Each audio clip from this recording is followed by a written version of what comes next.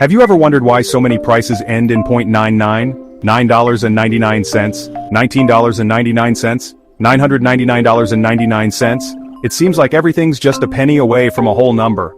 But why? Is it some kind of massive conspiracy? A secret code? Well, not exactly. It's actually way more interesting than that. It's all about understanding how our brains work and how businesses use that to their advantage. The .99 pricing trick isn't new. It's been around since the late 1800s. Back then, some clever retailers started using it to reduce theft by cashiers.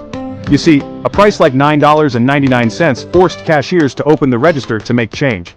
This made it harder for them to pocket the cash. Sneaky, right?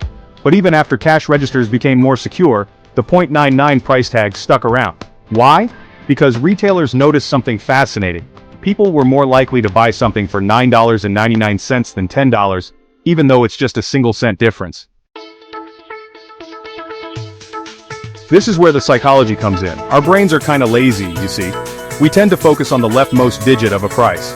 So when we see $9.99, our brains quickly process it as $9 and something rather than almost $10. This little mental shortcut is called the left digit effect. It's like magic, but instead of a wand, retailers use psychology to make us think something is a much better deal than it actually is. The .99 pricing strategy isn't about being sneaky, it's about perception. It makes us feel like we're getting a bargain. It creates the illusion of a lower price, and who doesn't love a good deal? Even if it's just a penny, our brains tell us, hey, you saved some money. This perception of value can be so powerful that it influences our buying decisions without us even realizing it. We're more likely to buy something, buy more of it, and even feel better about our purchase, all because of that magical .99. Section 5.99 in the age of apps. Now, you might be thinking, okay, but this is the 21st century, we shop online now, do people really still fall for that? The answer is a resounding yes. The .99 pricing tactic is alive and well in the digital age. Just look at app stores, online retailers, and e-commerce giants. They still use .99 pricing, and guess what? It still works. Why?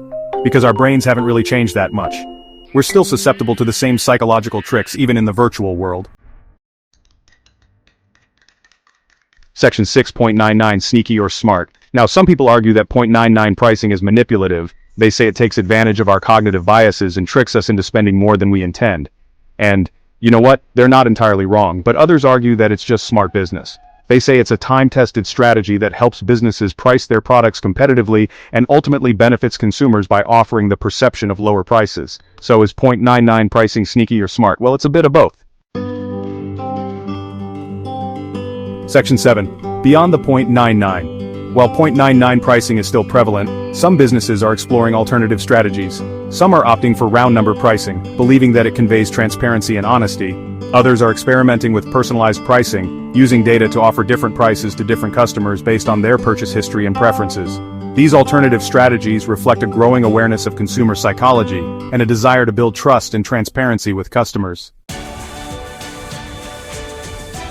Section 8. In conclusion.